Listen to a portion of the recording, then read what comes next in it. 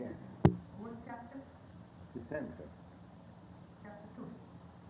Now, the next question is that the Mayavadi philosophers, they say that because I am now covered in ignorance, therefore I see individuals.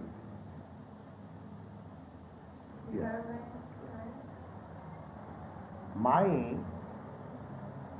This individual experience that you are Mr. Such and such, you are Mr. Such and such, you are Mrs. Such and such, this individual experience is due to my ignorance.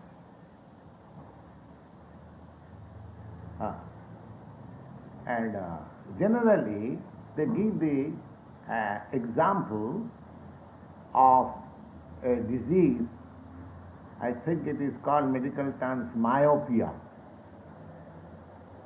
Myopia means they see this moon in two. The eyes become so defective that whenever they see things, they see two. Yes. Myopia is when you have to see very near.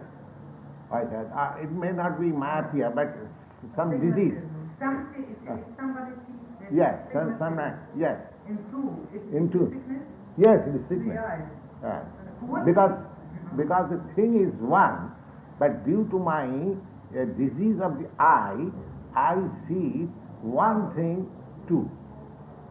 There is a disease. There is a disease like that. So usually people would read. Anyway, that's a abnormal condition. In abnormal condition, sometimes we can see one thing into two, divided into two.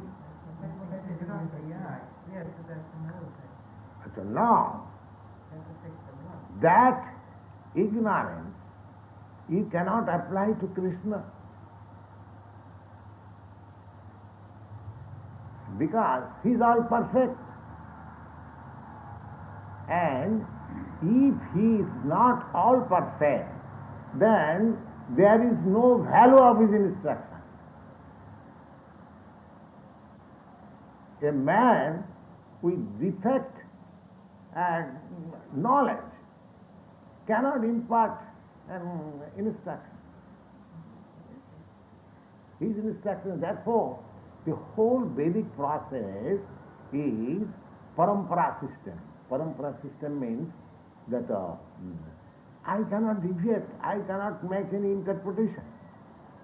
Evam parampara praptam himang rajan sayo vidu, you will find in the 4th chapter. Now you are reading 2nd chapter. You will find, as you have explained in the introduction of Bhagavad Gita, that because just like I am speaking to you, I am an imperfect person. I cannot give you any knowledge. I cannot manufacture any knowledge. If I do that, then I shall deceive you. I can simply present before you the original knowledge. I can explain it in an understandable way, but not deviating from the original text. Now here it is clearly stated by the Supreme Personality of Godhead that natu eva ahanga jatu. Ahang means Sri Krishna himself. Now sometimes we make some grammatical jugglery of words, but I cannot understand. Now aham, myself, when I speak, aham or myself is applicable to me. When you speak, the aham is applicable to you. But that does not mean because there is a common understanding of myself between you and me, therefore not that I and you become one. When you speak, you say, I speak. When I say, I speak. That does not mean this I and that I becomes one. Sri Krishna says like that. Natu aham. Yes. He, that means this aham Sri Krishna. And not Twang and you, that means Arjuna.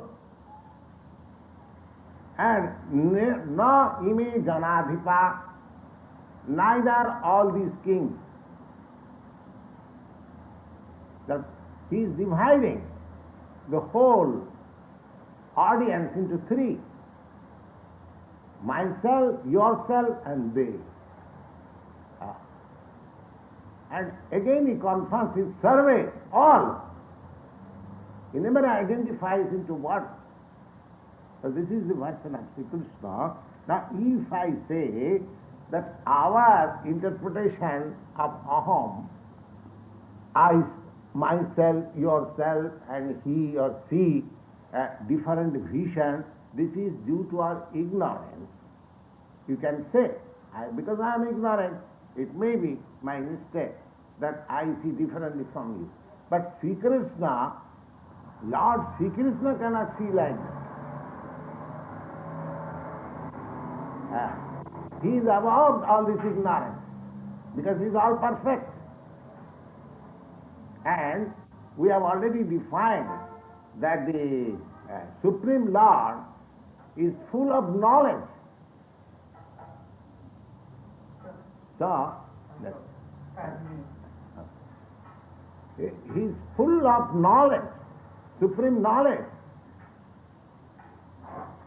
Now, if the Supreme Personality with full knowledge, he cannot commit any mistake. No. How can he commit any mistake? Then there is no meaning of full knowledge. If you are in full knowledge, then how you can commit mistake? So this ignorance of duality, because they say that we see two because it is due to our ignorance. Everything is one. But here, you cannot apply that ignorance to Sri Krishna. Otherwise, his instruction of whole Bhagavad Gita, which is so importantly taken by all authorities, all scholars, then it is at once rejected. If it is supposed that Sri Krishna was also to commit mistake or he was in imperfect knowledge, then whole thing becomes rejected. So it is not like that. So Sri Krishna, he is the Supreme Personality of Godhead, he is in full knowledge, and therefore, as he says, that either myself or yourself or all these persons, kings and soldiers who are assembled here, they are all individuals. In the past they are individuals, in the present we are individuals, and in the future they will continue to be individuals. Now one thing,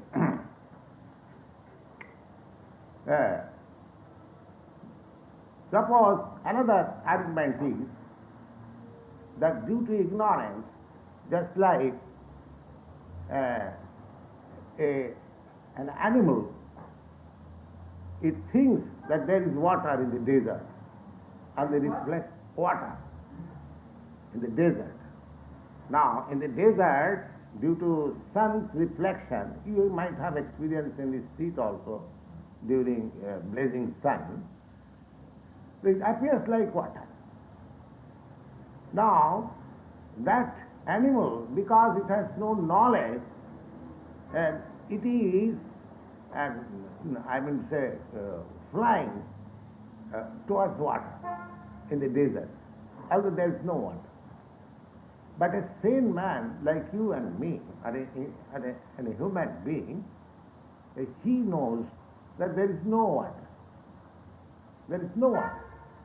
So this direction, that there is water, this mistake is committed by the animal because it has no sufficient knowledge. But a human being who has got sufficient knowledge, he does not commit that mistake.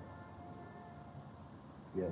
Now an animal makes that mistake? Huh? I thought the animal would No, this is not see the water that our eyes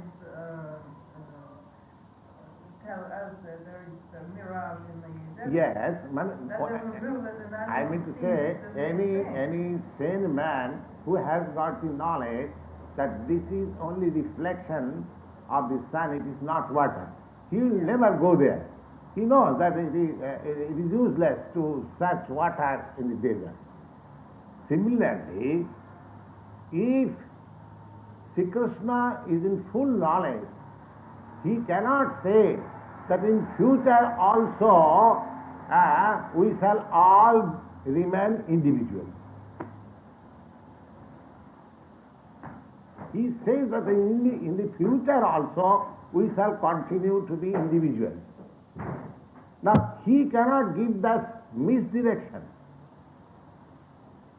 Suppose in the future we shall not remain, after liberation we shall not remain individuals, then that sort of misguidance cannot be given by Sri Krishna. Just like a sane man cannot direct you, just go there is water in the desert. A man with perfect knowledge cannot give you that direction. An animal may go there, but that is a different thing. Similarly, when Sri Krishna says that in future also, we all this, yourself, myself and all this, they will keep their individuality. So that is not a misdirection. You want to say anything? Sure, Yes. but is that what the Bhagavad Gita said? Yes. Adding a lot to it? Yes, yes, it is. It is. I'll give you the exact meaning. Na tu eva aham. Neither myself. Aham means myself. Jatu means at any time. At any time means present, past, future. Jatu. Kadachit means at any time. Nasam, not that we did not exist. So, not one, so this aham, myself and yourself, no ime, neither these, Janadhipa, all these kings, that is plural. Myself, first person, yourself, second person, and this Janadhipa, third person. Nachaiva na bhavishyama. It is not like that in future also we shall not exist like this, myself, yourself and all this. You see? Survey. Now here it is called survey. They never becomes one. Survey. Survey means all. Plural number. Here is Janadhipa. As they are now plural numbers, myself, yourself and they. Similarly, in future also we shall remain like that. We shall remain like that. Survey. Vayamata param after this. This is the clear bhasna, number, you can note down, number 12 verse of the second chapter of Bhagavad Gita. Now, now I have already explained that because Sri Krishna is the Supreme Personality of Godhead, and because he has got clear vision, and because he has full knowledge, he cannot give us misdirection. And what is given, that is perfect. So we have to believe that in future, even after liberation, now one thing we must also explain, the liberation, the conception of liberation. So there are different 5 kinds of liberation. One of them liberation is to become one with the Lord, one with the Supreme. That is called Sajujya Mukti. to merge into the existence of the Supreme. That is also another. That is one of the 5 liberations. That is not the only liberation. That means we are individual beings. We are individual constitutionally. God is the father or creator or whatever, or the source of our life or source of our existence, whatever you like, you can say. So we have been created in that. Eka Bahushyam. God has become many. This is also verse of the Vedas, that many, all these many, we are also God. Just like the fire diffuses its sparks. This sparks coming out of the fire, they are also part and parcel of the fire. Similarly, we are all parts and parcels of the Supreme. He wanted to become many. He wanted to become many. So he has become many, and we are that many. So we are not different from God. We are not different from God. But because he wanted to become many, so we have become many.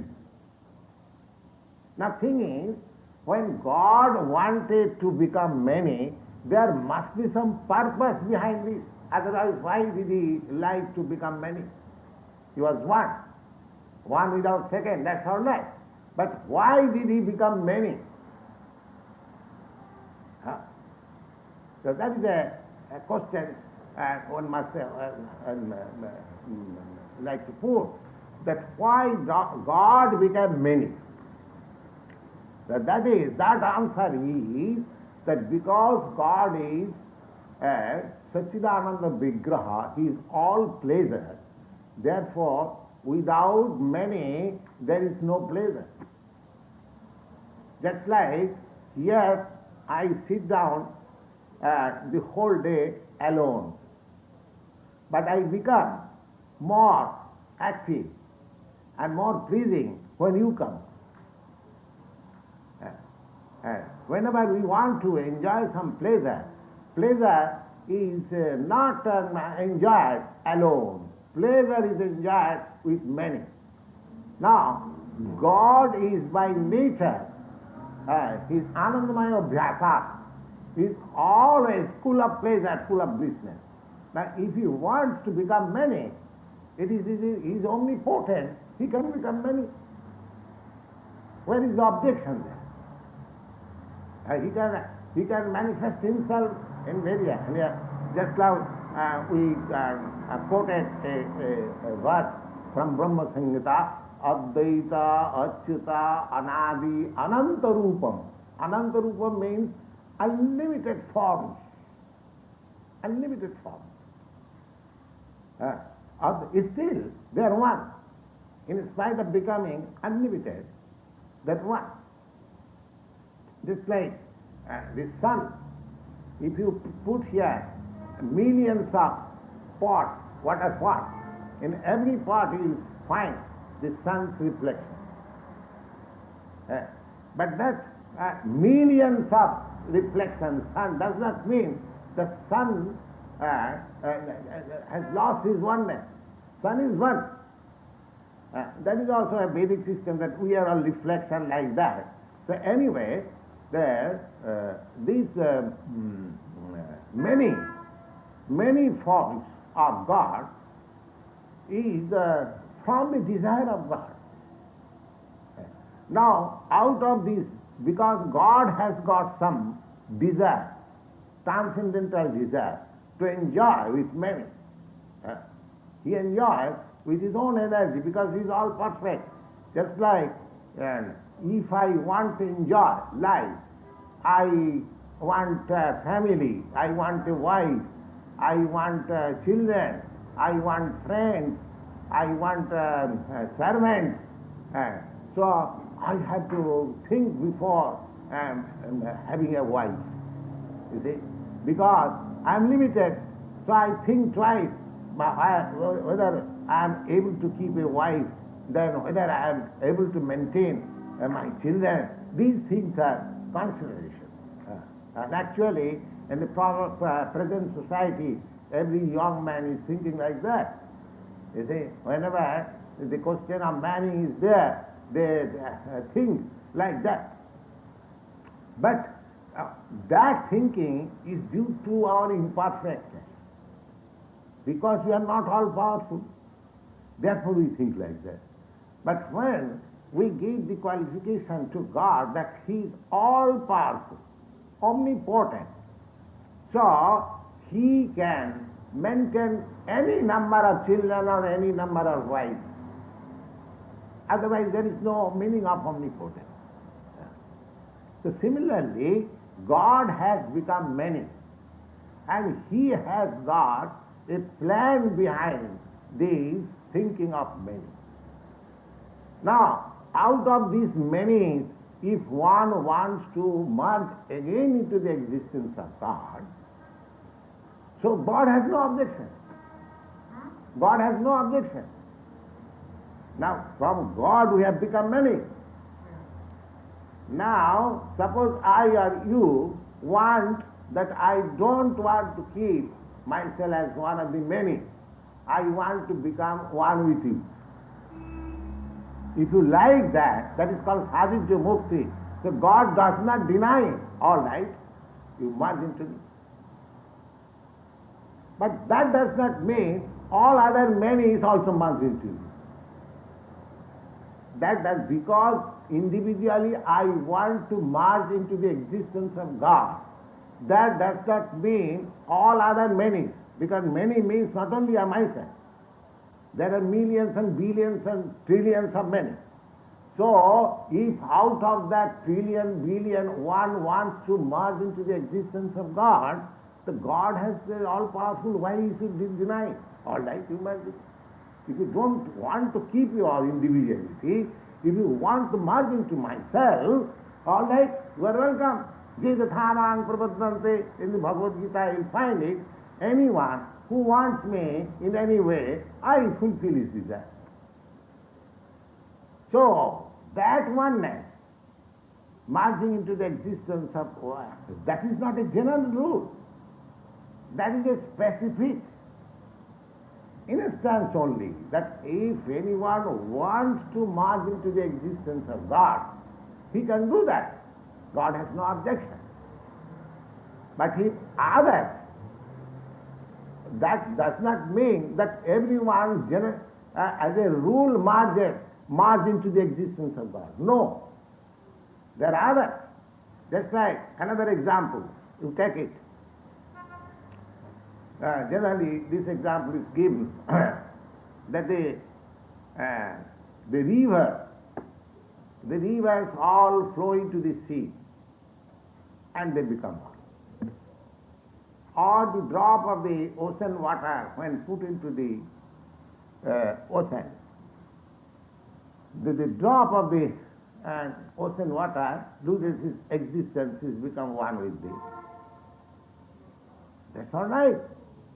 Now, if you have seen the ocean, there are always millions and millions of drops coming out by the dashing of the waves. You see? That is going on continually. And some of them again falling into the water. They lose the drop existence. But that does not mean that the creation of drop is stopped. Even from that example, you see. And because the river water comes and submerges into the sea water, that does not mean the river, all rivers have stopped. The rivers are there. Then another example, now there are many aquatic animals within the water. They are also, now as the drop of the water emerges from the sea water and again merges into the sea water. So, that is a nice example. But these fishes, these aquatic animals, they are also born in that water. Nobody has given these aquatic animals from anywhere else. They have taken their birth from that water. They are also born of the water. Just like the drops of the water are also born of the water.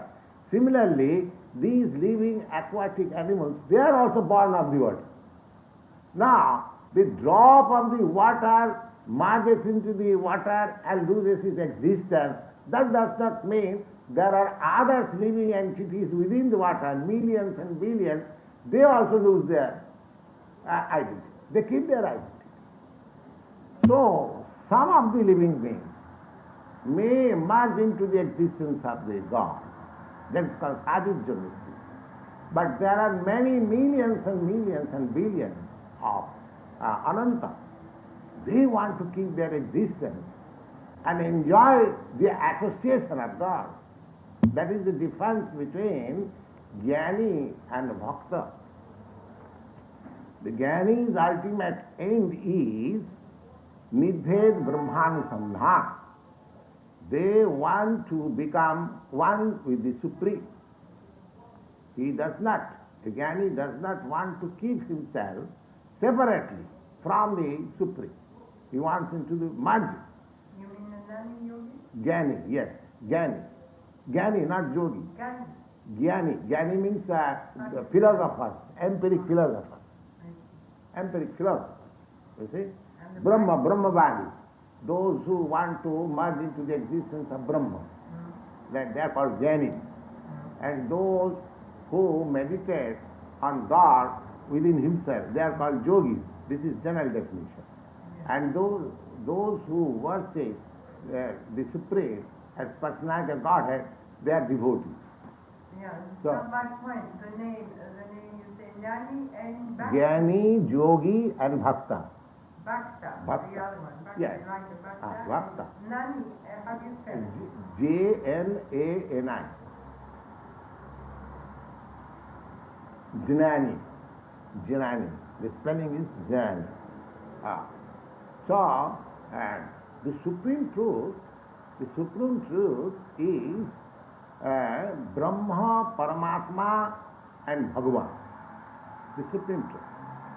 Now, according to, because we have already explained that each and every individual being has got his individual minute quantity of independence. God has given us. Now, by our independence, I may accept as the Supreme Personality of Godhead, I may accept him that the all-pervading super soul, and I may accept him that the all-pervading Brahma, impersonal Brahma Jyoti, the effulgence. So, all these are applicable to the Absolute Truth. Now, it depends on my discretion whether I want to merge into the existence of the Lord, whether I want to keep my individuality and associate with him as friend, as father and mother, as wife, just like we have got relations. So that depends on my discretion. But now, comparatively, if we study that if we merge into the existence of God, at least in the opinion of the bhaktas, that is not acceptable. That is not acceptable. They know that the God has created me as individual being, so he has got some purpose. And because he has created me for some purpose, I must fulfill that purpose. I must fulfill that purpose. Now, I can give you another crude example. From the mother, suppose a few children, half a dozen children has come. Now, what is the intention of the mother?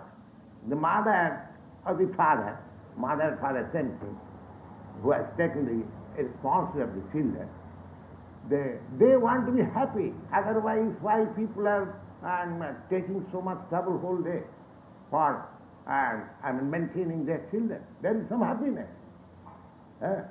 Nobody wants to take so much trouble. But at home, because there is some happiness by seeing the children, by maintaining the children, therefore he takes so much time. Now, at the same time, the children has also some troubles of life. Now, if one of the children requests the mother, "Mother, you have given birth to me, but I find my life very troublesome. Better you again put me in your belly." Is it a good proposal? It is not at all a good proposal. This is a disappointment. Oh, the mother says, "Oh, my dear son, you are in trouble, therefore you want to come again into my village. You want to merge into my existence again." Well, the mother is unable, she cannot do that. But if such kind of request is made to the Supreme Lord, he can accept that. For him it is not possible, impossible. All right, you want to merge into my existence, come on, I take it.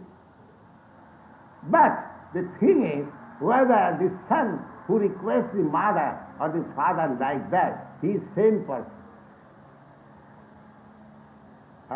The sane son, the intelligent son will think, well, my father and my mother, they have brought up me, they have begotten me, they have given us our life. All right, let us serve our parents, let them be happy, our activities, so that is the natural way.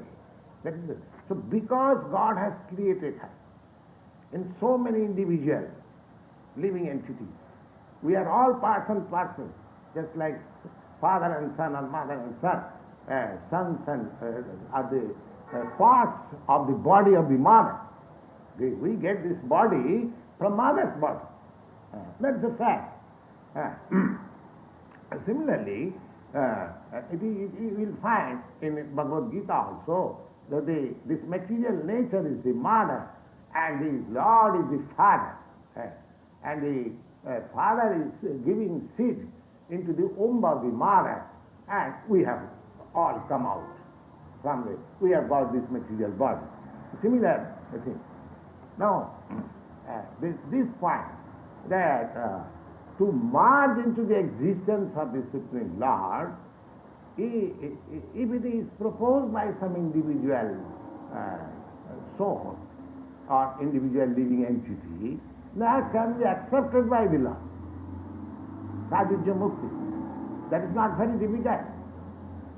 But the thing is, whether we should think like that, whether it is good for us,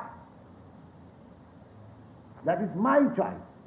If I want to merge, you follow me what I say? If I want to merge into the existence of God, just like if your son wants again to merge into your existence, because you are a human being, it is not possible for you, but it is not impossible for God. God can accept, all right, you want to merge into me, all right, come on, I accept it. So that is not impossible. So that merging into the existence of God, there is a liberation like that, but that is not the ultimate. You want to speak? Then it needs liberation from the individual. Yes, but there are other individuals who may not agree with that kind of salvation or liberation. They want to keep their individuality and enjoy the Supreme Personality of Godhead company, just like Arjuna. And in the 4th chapter, you will see that Arjuna, when Sri Krishna said to Arjuna that this system of yoga was first explained to the sun god, Now, Arjuna inquired, how is that? You are my contemporary.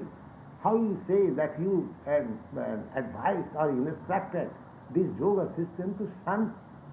That means crores and crores, millions and billions of years before. How is that? There is a very same question. Now, in that question, the Lord answered, my dear Arjuna, yourself and myself, we took birth many times, but you have forgotten. I have not forgotten. Now here, you see, that because Arjuna has taken up that transcendental bliss, that he wants to keep with the company with the Lord. So if anyone wants to keep company with the Lord, he is welcome. There are 5 different kinds of relation with God. Shanta, Dasya, Shakya, Vatsalya. I think I gave you one there. Could you give by name the 5 kind of liberation? Yes. In English? Yes. One is with the Lord, emergence. Emergence means the merging into the existence. This is called Sajujya Mukti. Sajujya. Yeah, but in English? In English there is Sajujya to become one. Become one. Yes, Sajujya Mukti means liberation by becoming one with the Lord. Okay, what is number 2? Yes. I'll explain. Yes. Mukti means liberation.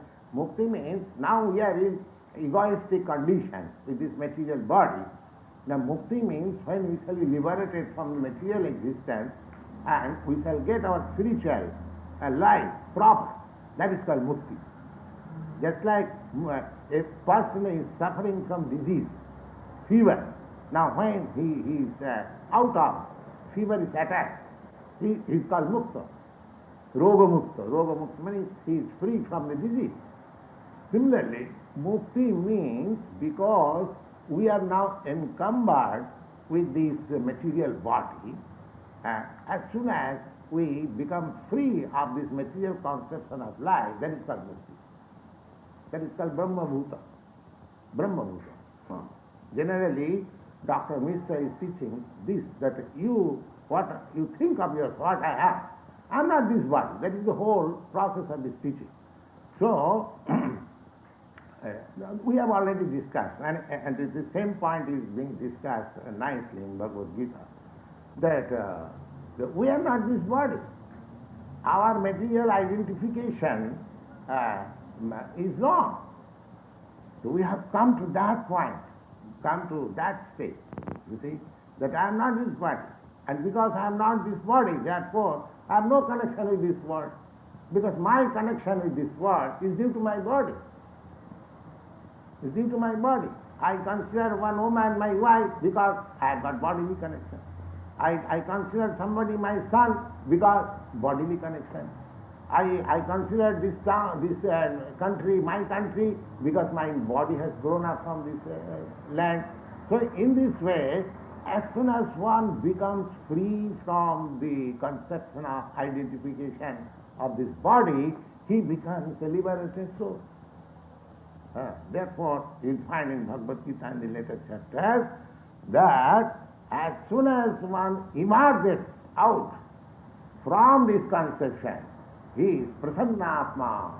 Oh, I have no responsibility. I have no responsibility. And Brahma Bhuta prasannatma na sojati na kankhati. As soon as he is liberated, just like a man freed from the attack of fever or any disease, when he is recovered, he finds himself happy. Oh, now my disease is now gone. I am happy.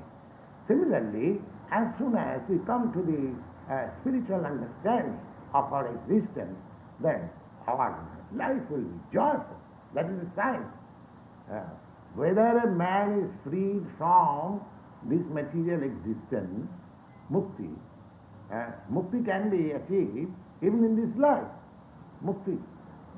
Mukti, it is a question of conviction. Now we are convinced fondly that I am this material body.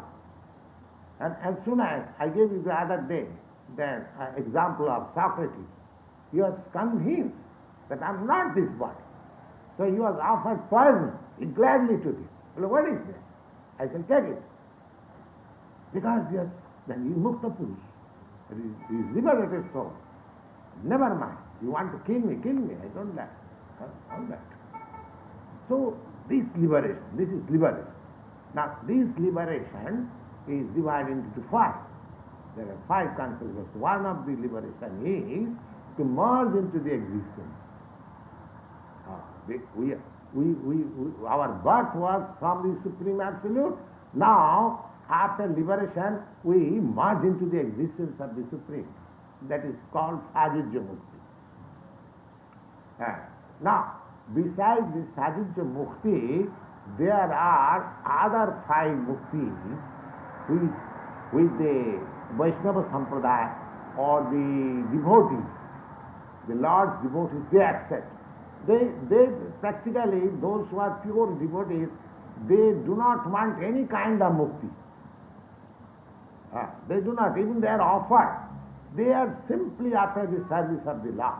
They are prepared to suffer any kind of suffering. They are not affected by all those sufferings. What they want, pure devotee, they want that I must serve the Supreme Lord. That is their mission.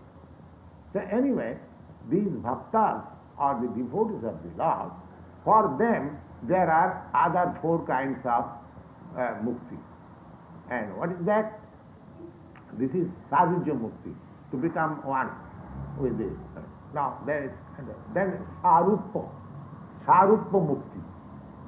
Saruppa Mukti means the spiritual body becomes, as the features of the spiritual body becomes just like the Supreme Lord. Just like Narayan. Narayan has got four hands with Shankha Chakra Gada Padma and the lotus flower, conch shell, club and wheel. So everyone who takes that Sarupa Mukti just become just like his features of the body become just like the Lord. You see? That is called Sarupa Mukti. S-A-R-U-P-Y-A. Sarupya. Yes, Sarupya. This is called Sarupa Mukti. And Mukti or Mukti? Mukti.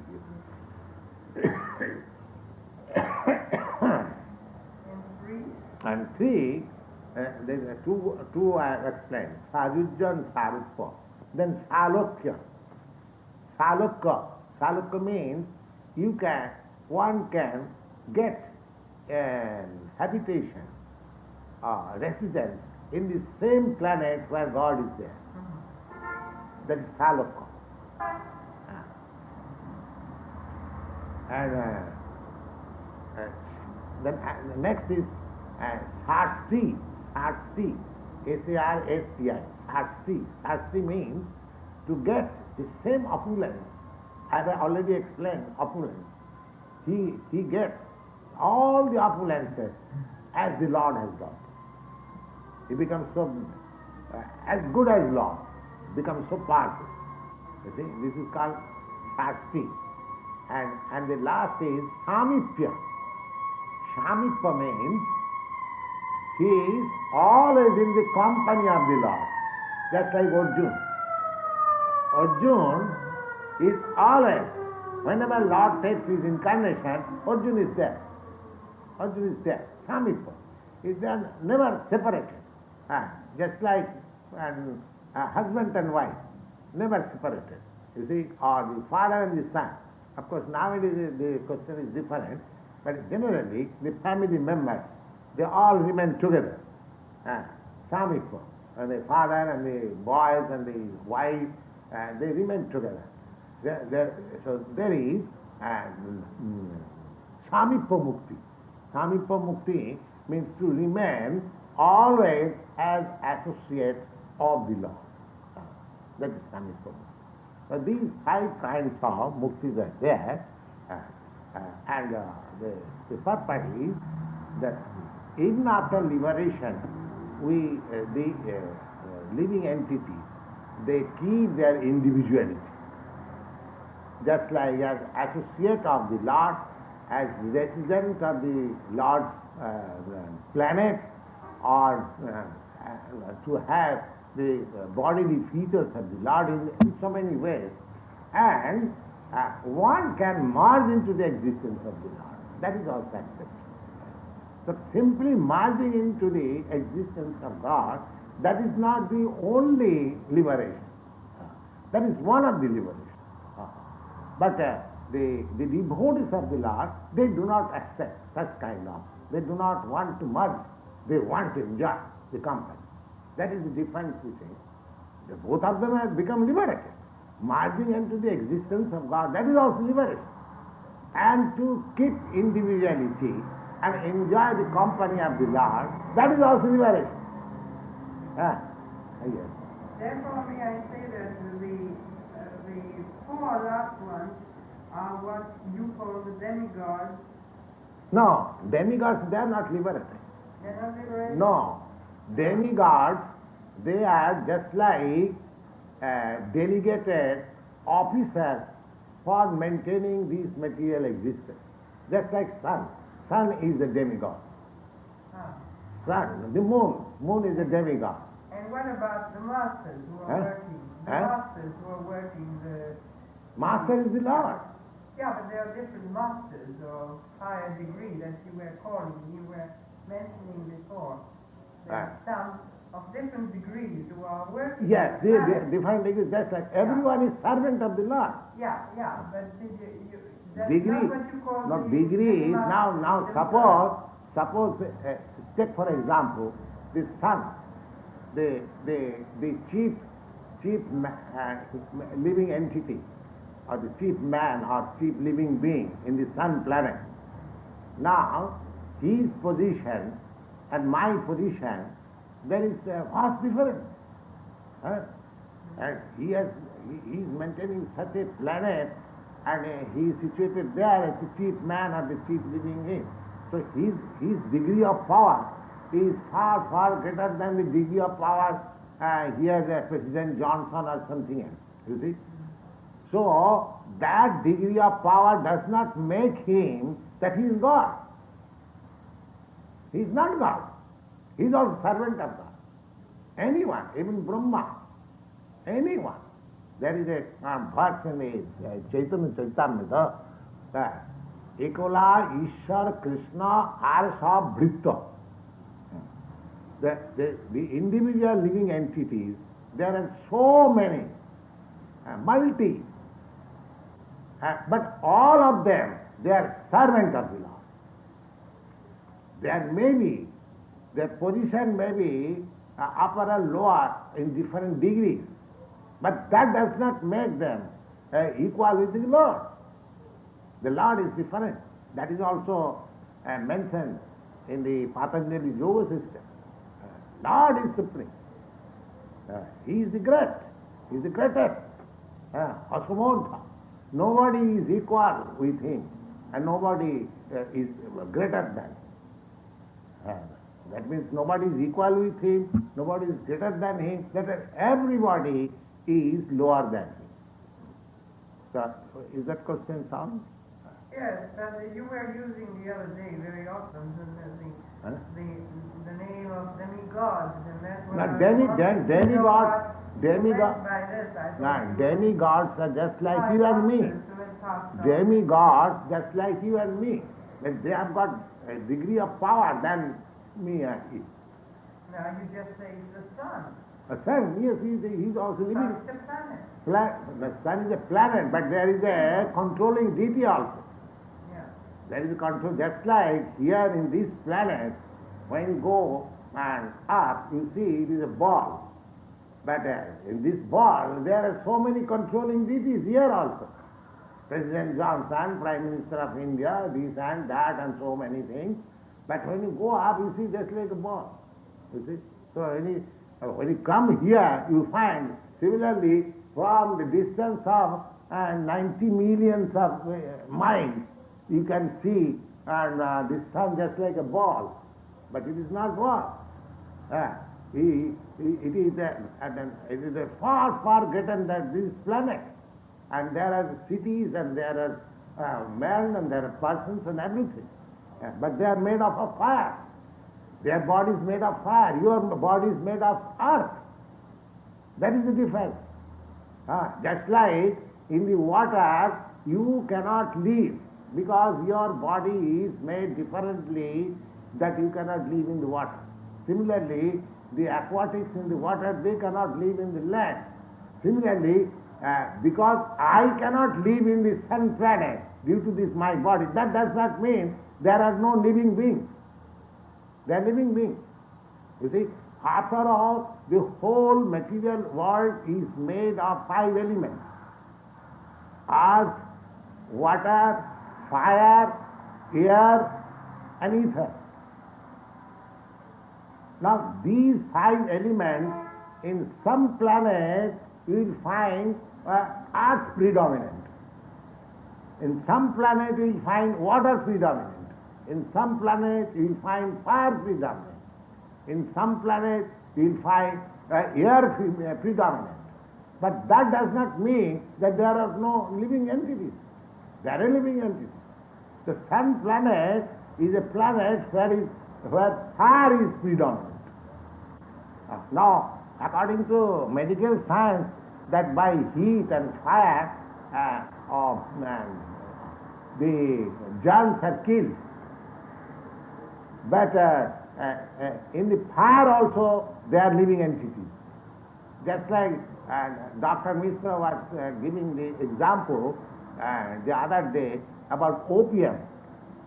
Now, opium is a dead poison. Dead poison. But in the opium also, you will find some worms. Some what? Worms. Worms? Yes? How it is possible? They are also living entities. If I take a drop of opium, I die. But they are living and they are eating and living there. So because it is impossible for me to eat opium and live, but you cannot say that there cannot be no living entities there. Similarly, you have experienced that you cannot live in the fire. That does not mean that in the sun planet there is no living entity. There are living entities. Because in Bhagavad Gita you find that living soul as it is not burned by fire. It is not burned by fire because it is spiritual. The material element has no power to destroy it. It is not burned by fire. So in every planet, it is concluded that every planet there are living entities. There are intelligent beings. And because in the higher planets there are more intelligent persons, beings, they are called demigods. The demigods means they have got practically qualifications almost equal to the Supreme Lord. They have got such qualifications. And divas. And divas. Devas. Devas, that is the Sanskrit word, and real Deva means the Supreme Lord. And when you call Devas, that these Devas, they are all obedient servants of the Lord. They are very powerful. So when you become obedient devotees of the Lord, we can get such posts. In the sun planet, in the moon planet, in the heaven planet, in the Brahma planet. So the devotees of the Lord, they are not losers. They get more power for controlling power. Yes, therefore they are called Devas. Devas means those who are there are 2 words used in Sanskrit. Devas and Asuras. Asuras. Now the definition of these Devas and Asuras are like this. Vishnu Bhakto Bhavet Deva Asurastad Viparja. Asurastad Viparja. Vishnu Bhakta, those who are devotees of the Lord, they are Devas. This is the difference between Devas. Devas and Asuras let us mean that Asura has got a very ugly face. No. Even a very beautiful man, he can be a Asura. He can be and even a very ugly man, he can be a Deva. Just like Hanuman. Hanuman was a beast. He was not even man. He was animal. He comes from the monkey, species of life. But he is a great devotee of Lord Ramchandra. So he is Deva. So Vishnu Bhakta Bhavet Deva. Those who are unallied devotees of the Lord, they are called Devas. And those who are against the obedience of the Lord, they are called Asuras. Anyone. It does not mean human being or anyone. But in the higher planet, you will find all the inhabitants there, they are called great devotees of the Lord. Therefore they are called Devas, demigods. And therefore they have been entrusted with the management of this material world.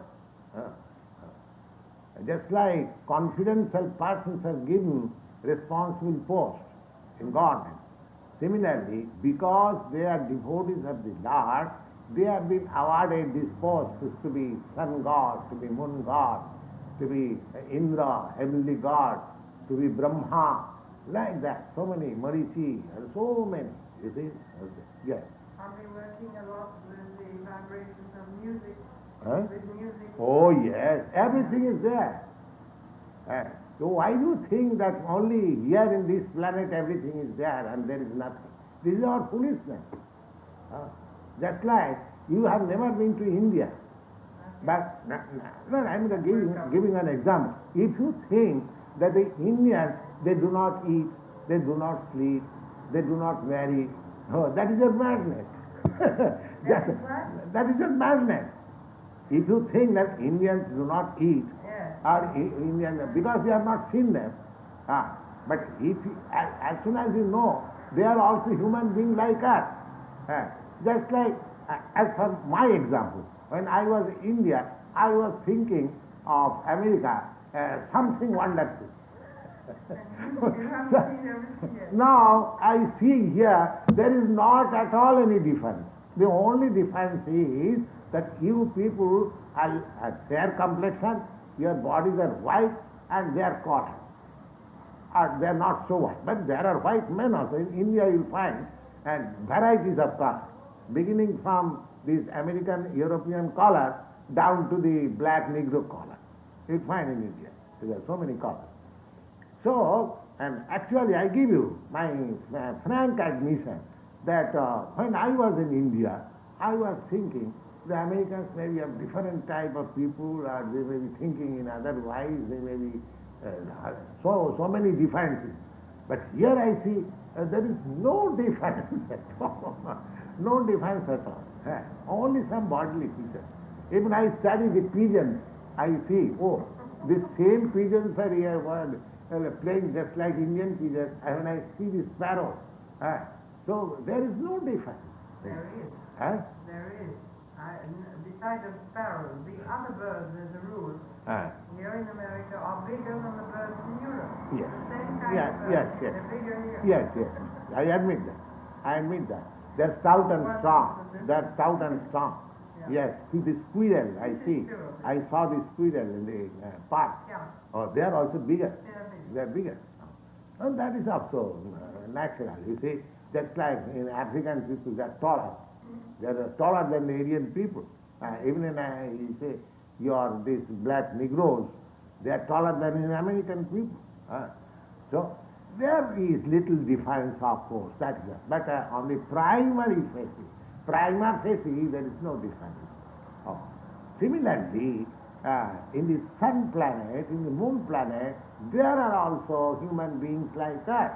And they are called Devas because they are highly intellectual. They are all very powerful than ourselves, and they have got different bodies and different power and everything. Otherwise, there is no question. Even great scientists like Dr. Meghnad Shah in India, he said that there is no reason to disbelieve that in other planets there is no life. How can it? Just like because you have not seen India, you cannot say, oh, there is no living being. It is vacant. So these people are going to the moon planet, and they are saying it is full of dust, it is full of clay or something like that. All this foolishness, you see. That means they are not rich. Outside they take some photo and they come out. Yes, they are. Then today on the radio they've seen a lot of flying saucers. Yes, yes. Let them talk all nonsense. But we have got information that this moon planet is a very nice planet, you see. And the inhabitants there, they are very intelligent. And the people who perform pious work here in this planet, they are promoted to the moon planet. And it is very cold also. Just like European countries and American countries, because due to, you have come from America, European countries, people are accustomed to drink because due to the cold climate. Indians are not accustomed. Your drinking is a natural thing in Europe. Similarly, this moon planet is so cold that they live by drinking somaras. There is a kind of liquor which is called somaras. Yes, somaras. Somaras. Somaras, here it is described in Ayurveda that somaras preparation is there. If anyone can prepare the somaras and if anyone can drink that somaras, he becomes immortal. But that means his duration of life increases. So anyway, these descriptions are there. So there are intelligent living beings there also. What kind of body? What kind of body? Your body may be different, just like your body is different from me. Yes, but with a head. That does not mean because you have got a different body, therefore you are not a living being. Or because I have got a different body from you, I am not a living being. So because a living soul is not the body. He might have different body. That doesn't matter. Why should we consider, identify with the body? The whole question is there. The body, you will find, and your body is different from animal body, animal is different from human body. There are so many differences of bodies. But the four principles of bodily wants, ahar means requiring some food stuff, and nidra, sleeping, and fearing, and mating. These four principles you will find even in the birds, in the animals, in the human being, or even the devatas or gods, or everywhere you will find these four principles. The only difference between the animal and the higher developed consciousness living being is that they are God conscious.